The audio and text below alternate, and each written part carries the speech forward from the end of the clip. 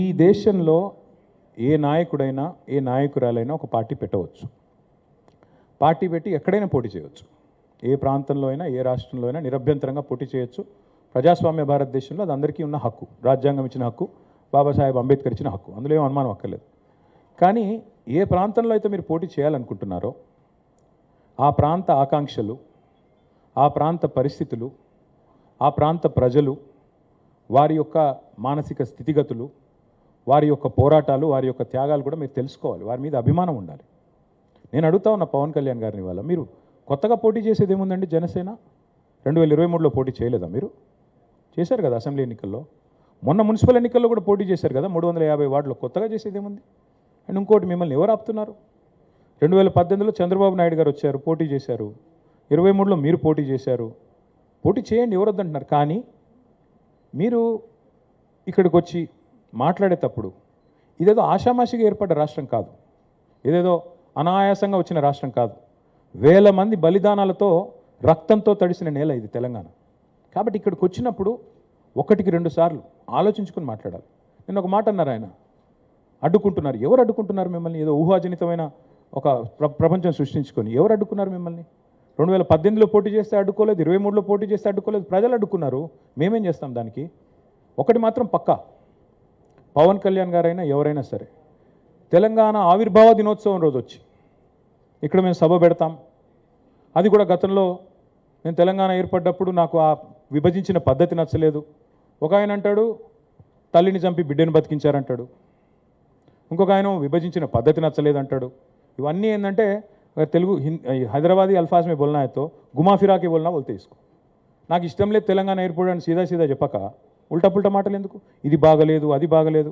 మరి నువ్వు అది బాగలేక ఇది బాగలేక 11 రోజులు అన్నం తినకుండా ఉంటే మళ్ళీ తెలంగాణ ఆవిర్భావ దినోత్సవం రోజు మీటింగ్ పెట్టాల్సిన అవసరం ఏముంది? సరే మీటింగ్ పెడదాం అనుకున్నావు, అడ్డుకున్నది ఎవరు? కాంగ్రెస్ ప్రభుత్వం. ఏమైనా అనాలనుకుంటే వాళ్ళని అనాలా? కాబట్టి పవన్ కళ్యాణ్ గారైనా ఎవరైనా ఈ దేశంలో ఎక్కడైనా పోటీ చేయొచ్చు, మాకు అభ్యంతరం లేదు. పోటీ చేశారు కూడా కదా మీరు. 2023 మేబీ ఆ బోత్ కరే, మీ అయ్యా జాగీరా. నేను ఒకటి మాత్రం పవన్ కళ్యాణ్ గారు గుర్తుపెట్టుకోవాలి, తెలంగాణ ఖచ్చితంగా తెలంగాణ భూమిపుత్రుల జాగీరు. తెలంగాణ భూమిపుత్రుల జాగీరే తెలంగాణ. ఇందులో ఎవరికి అనుమానం కూడా అక్కర్లేదు. 100% ఈ నేల కోసం కష్టపడ్డ వాళ్ళు, ఈ నేల కోసం పోరాటాలు చేసిన వాళ్ళు, ఈ నేల కోసం త్యాగాలు చేసిన వాళ్ళు, నెత్తురుతో తడిచిన నేల ఇది. ముమ్మాటికి తెలంగాణ ఈ భూమిపుత్రులు ఇక్కడున్న 4 కోట్ల మంది జాగీర్ ఇది. కానీ మీరు రండి, ఇక్కడే ఉండండి, మీ కుటుంబాలు ఇక్కడే ఉన్నాయి, మీ వ్యాపారాలు ఇక్కడ అని ఉండండి. ఎవరొద్దన్నారు? 10-12 ఏళ్లలో ఎక్కడన్నా చిన్న సమస్య వచ్చిందండి? నేను అడుగుతా ఉన్నా, మా దృక్పథం ఎట్లాంటిది అంటే, వైజాగ్ స్టీల్ ప్లాంట్ను ప్రైవేటీకరిస్తున్నారు మోడీ ప్రభుత్వం అంటే మేము మద్దతు పలికాం. తప్పు ఇది మీరు చేస్తుంది, పబ్లిక్ సెక్టర్ అండర్టేకింగ్స్ని కాపాడాలని రిక్వెస్ట్ చేశాం. That is our philosophy. ప్రాంతాలుగా విడిపోయినా ప్రజలుగా కలిసి ఉండాలని కోరుకున్నాం. కానీ నిన్న పవన్ కళ్యాణ్ గారు ఇంకొక 2 మాటలు మాట్లాడారు. ప్రాంతీయవాదం అన్నారు.